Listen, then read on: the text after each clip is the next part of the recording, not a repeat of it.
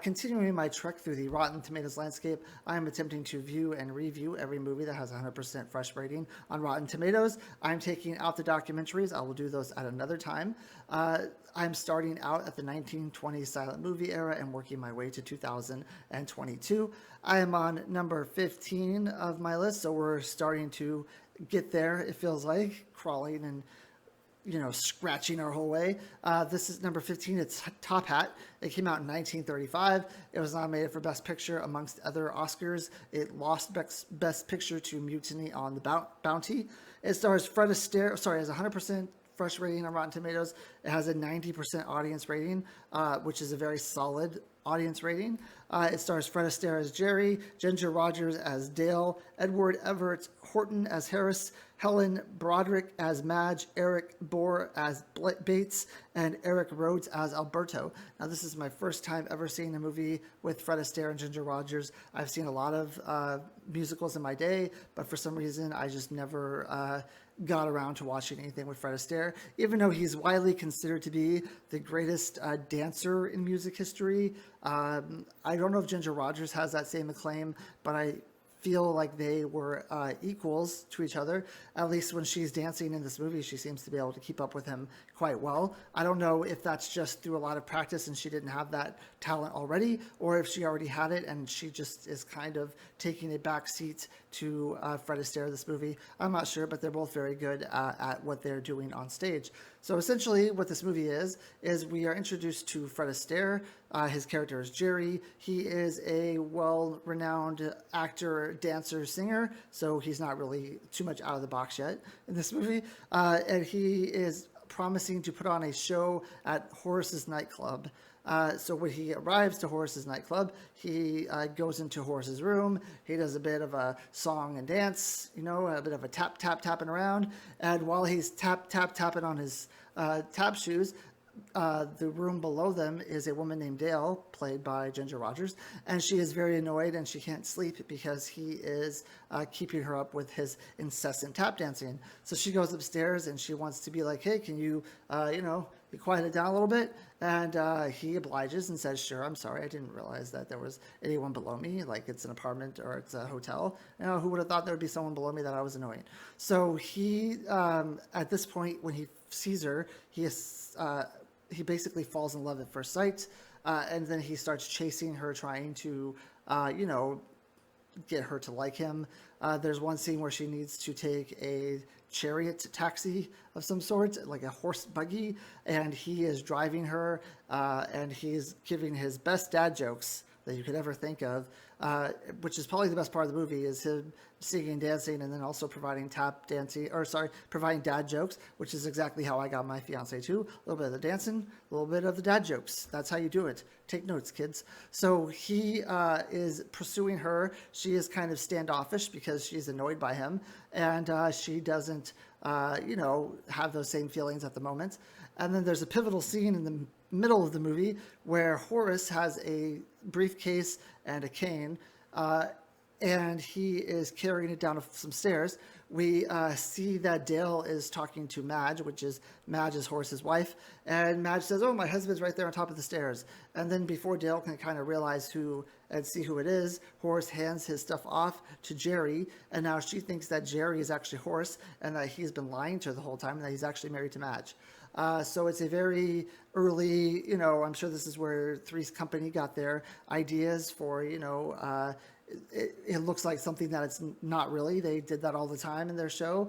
And this is kind of the same thing where we're going to have a movie that 80% of the rest of the movie is this mix-up where she thinks that Jerry is Horace, and Madge also thinks that Jerry is Horace, and Horace has never actually met Dale. So, it's a bit of a convoluted, like I said, Three's Company mix-up.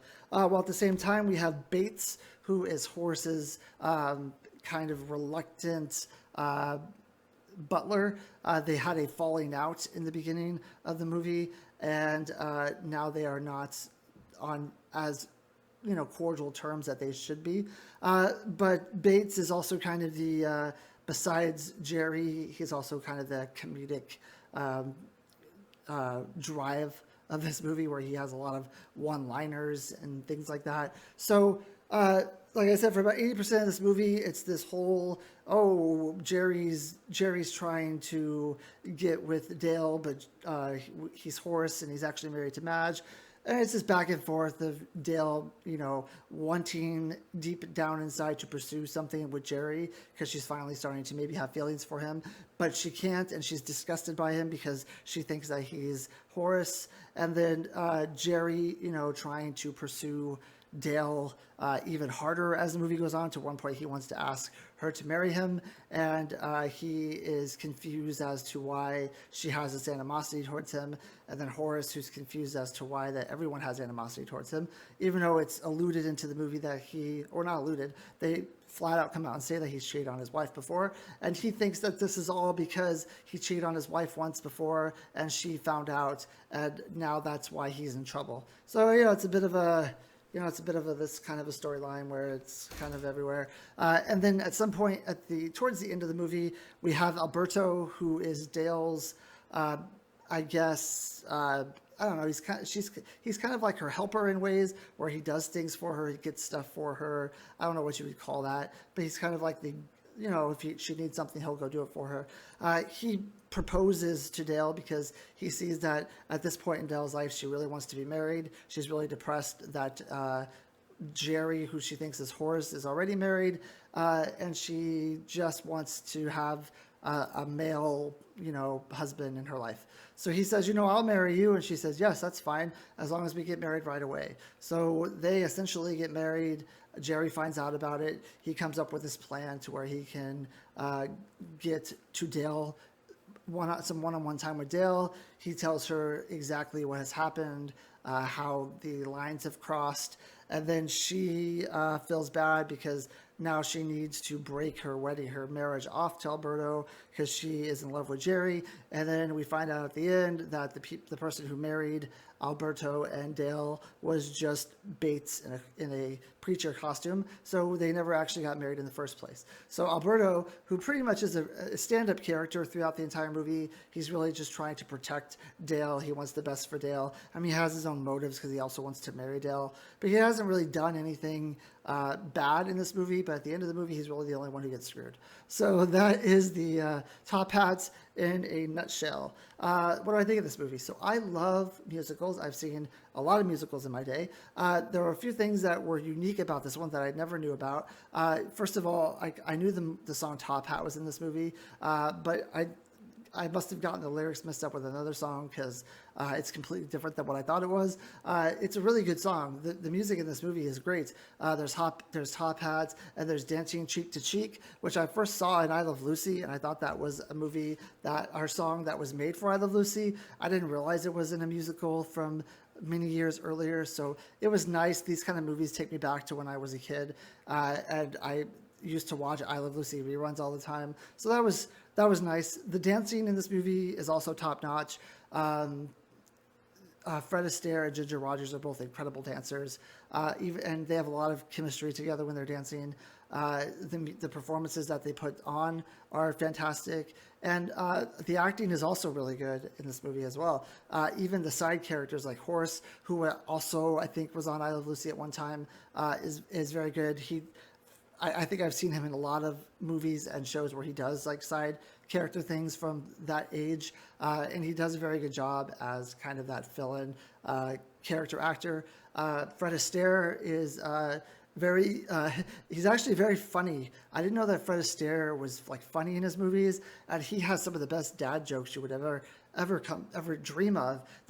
When he's driving the buggy, she's all like, Ginger Rogers is all like, what kind of power do you have over these horses to where you can make them stop and go at your own mercy? And he says horsepower, which is hilarious. And he does a lot of that stuff in the movie where he has these great one-liners. And so does Bates too. Bates is also hilarious as this kind of reluctant servant of Horace, where he is doing his job even though he knows that Horace is kind of bumbling and maybe he shouldn't be. It's a really funny movie, which I wasn't expecting. It was actually a nice, pleasant surprise coming from the other three movies that I just watched, which weren't as funny, and two of them which I didn't necessarily like. So I really love the comedy. I love the acting, the music, the dancing. It's all really, I mean, the dancing and the music is pretty much as high as you can get for me as far as the music goes. Besides, without going too crazy, it's not Singing in the Rain level, but it's really, really good. The place where this movie falls apart, and it falls apart dramatically, is the 75-80% of the movie where there's this mistaken identity that just drags on forever. And there are times in the movie where they make it apparent that Jerry is not Horace. There's one scene in particular where they're sitting down, Madge is sitting down with Dale, and then Jerry comes in the room, and Madge is like, oh, I haven't been able to introduce you to Jerry yet, even though Dale has already made it clear that she thinks that Jerry is Horace, and Madge also knows that as well. So if she's saying I haven't been able to introduce you to this person yet, why doesn't Dale think that something's up? Oh, well, why doesn't she say I've already met him? Or something. It's definitely weird at that point, but maybe I've seen too much of this present day. Maybe this is one of the first times where they did this mistaken identity type of thing, but it's been used so often, and this just drags so long into the movie where you just kind of feel like it's just taking up too much time. It's really spoiling a very good musical with very good music, very good dancing, great comedy. But then you have this very large chunk in the middle, which is just not good. It's just draggy. Like I said, it's boring, and I wasn't like taken in by it. It took me out of the movie completely because I thought it was so poorly done, and it's really sad. I had a lot of high hopes for this movie, and at times this movie was a great musical, but it's really hard to forgive that big of a chunk of a movie that's just asinine. And I mean, I saw, after I watched the movie, I don't normally do this, but I went to Rotten Tomatoes and I looked at one of the reviews, and one of the reviews said, like, it just raved about this plot line, and it raved at how, like, it had all these twists and turns, and at the end you never would have guessed what happens. And I don't necessarily agree. I didn't at the end. I knew something was going to happen to where their wedding wasn't going to be, on the up and up, or the wedding it was going to be annulled or something. But I wouldn't say that this is this plot is so complex that it leaves you at every corner wondering what happens. It's the exact opposite, where for a long period of time that this is just going to keep happening, and you just have to watch it and deal with it while you're watching all these great singing and dancing performances. So it was a bit disappointing. I was really hoping for a richer plot line. I know what people will say, well, it's a musical. You can't expect a rich, powerful plot line. And maybe my problem is that I watched the greatest musical of all time first. So my first musical I ever watched was Singing in the Rain, and then everything after that kind of has fallen off a bit. Though I do think that West Side Story had a nice plot to it. I thought Cabaret, was stronger than this. So there are movies that are musicals. I mean, even The Wizard of Oz maybe can be considered a musical. So there are movies that do a lot better with a plot line, and they're still musicals. I don't believe the fact that just because it's a musical, you have to forget plot at all, especially when the whole movie is dedicated to this plot. Like, if you want specific plot points that aren't going to make a lot of sense, or are kind of throwaway in a musical, fine, but you can't dedicate your whole plot to a state of misidentity when you're not doing it very well. That being said, there were still a lot of things about this movie that I liked, even though I did nod off a bit during the plot line. So I'm going to give it a 7.5. I realize it's not the 90% that the audience gives. It's not the 100% that the critics give. But this is true for me. I didn't think it was that great. And definitely not 90%. I can't understand how anyone could give it a 90%, even if you take into account the iconness of the songs and the acting and the couple, and how many great movies they made together. I still can't give it a 9. That's impossible. So it's going to be a 7.5. Thank you. The next movie I will be reviewing is 1935 Captain Blood. Hope you have a great day.